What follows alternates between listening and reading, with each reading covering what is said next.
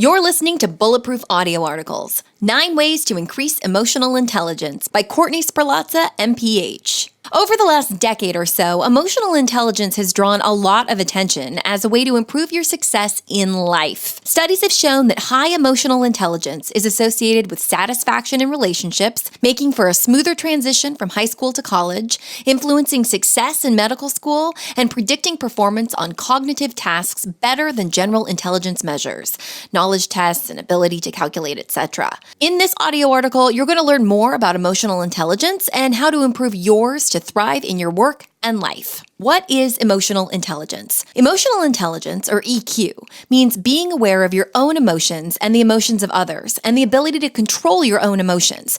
It also measures how you get along in your close relationships. Questionnaires that measure emotional intelligence assess 4 main things. 1, self-awareness, recognizing your own feelings. For example, I'm feeling apprehensive or angry. 2, managing emotions, handling your own feelings with composure and understanding what is causing you to feel the way you feel. 3, self-motivation, using your emotions to further your own goals. Self-motivation also involves being able to control your emotions and the ability to step back and think before you act impulsively. 4, empathy, sensitivity to the emotions of others and being able to put yourself in others' shoes. And 5, relationships, social skills, and social appropriateness. So how do you test emotional intelligence?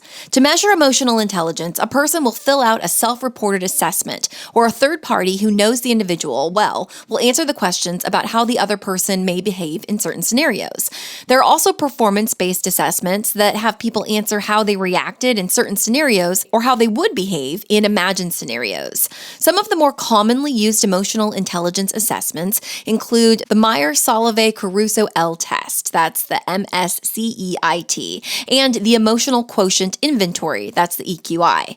Tests are available on the publisher's websites for purchase, or you can ask your doctor or therapist to administer the test to you. Some employers use emotional intelligence tests as a screening tool. Why everyone should continually work on mental strength.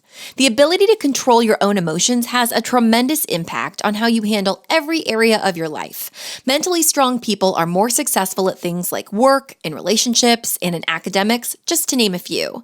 Psychotherapist, psychology professor, and licensed social worker Amy Morin is the best-selling author of 13 Things Mentally Strong People Don't Do, with 2 more 13 Things books written specifically for women and parents. She wrote it originally as a note to herself, as she noticed over years of her psychotherapy practice that there were certain things mentally strong people consistently did not do.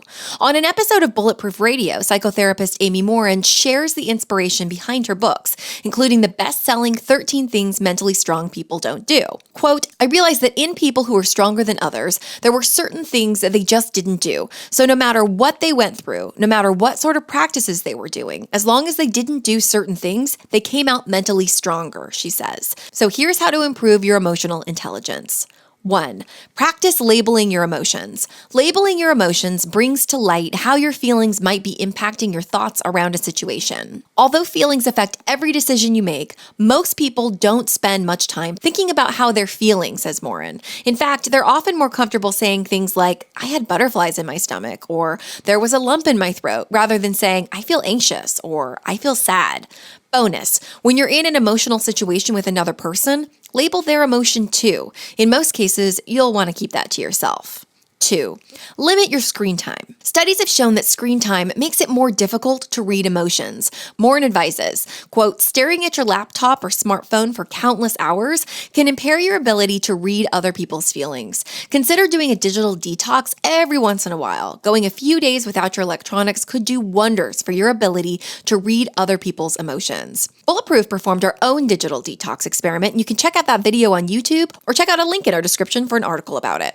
3. Spend a few minutes thinking about how another person is likely to feel. Morin also suggests reframing a situation to put yourself in another person's shoes. Rather than jump into an argument or interrupt someone you disagree with, put your focus on developing a better understanding of how the other person is feeling. Start paying close attention to other people's emotional states. See if you can recognize how someone is feeling and how that emotion is likely to influence that individual's perception and behavior, she says. 4. Take full responsibility responsibility for how you feel. Another thing Morin strongly advocates for is not giving away your power. You are in control of how you feel and how you react to things. Rather than blame your boss for making you mad, consider what steps you can take to calm yourself down. Instead of saying your mother makes you feel bad about yourself, focus on repairing your own self-esteem, says Morin. 5. Learn to accept your emotions. Whether you're at school, in the workplace, or even in your own family, too often people are either directly or indirectly taught to suppress their emotions or be ashamed of them. There's a societal attitude that appropriate emotional reactions indicate weakness. Reject that idea. There is a difference between having an appropriate emotional reaction and an inappropriate one, like lashing out at a coworker. There's a difference between a public display of emotion and honoring and processing how you're feeling, either privately or with trusted friends or loved ones. When you have an emotional response, like overwhelming resentment or embarrassment, acknowledge them and move through them appropriately for the situation. 6. Manage your fears. When you want a certain outcome, it's easy to get into an all or none mindset. I'll be so happy if I get into first choice university and my future is ruined if I don't. Especially when certain aspects are beyond your control, reduce your fears by imagining alternate outcomes. It'll feel like a letdown at first, but I know my second and third choice colleges will open up so many doors for me. 7. Put some space between the scenario and your reaction.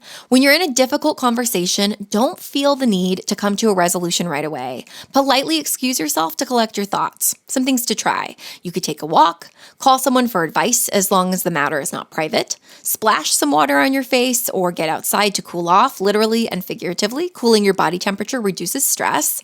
Write out the scenario to organize your feelings, rehearse a calm response, or do a breathing exercise. When you're panicked, fight or flight activates and rational thought takes a back seat. The goal is to create enough distance that you can get out of fight or flight mode and regain rational thought. 7. Start a meditation practice. There is a lot of evidence that meditation increases emotional intelligence. Meditation reduces overall stress and helps you learn to recognize thoughts as outside yourself. It takes some practice. You can learn how to get started with meditation by visiting blog.bulletproof.com, and there's a link to that article in our description. 8. Practice gratitude. Gratitude can reframe your thoughts and help you see the positive in every scenario. If you practice gratitude when you're feeling neutral, you'll be better at it when emotions run high. You don't need to overhaul your life and take on every single new practice. You'll notice a difference just by increasing your awareness and intentionally incorporating 1 or 2 new practices. Use every difficult situation as an opportunity to get better at managing your emotions. If you like this audio article and you'd like to learn more, you can check out all the links in our description, which will link you to the Bulletproof blog, and be sure to subscribe to Bulletproof on YouTube today. Thanks so much for listening.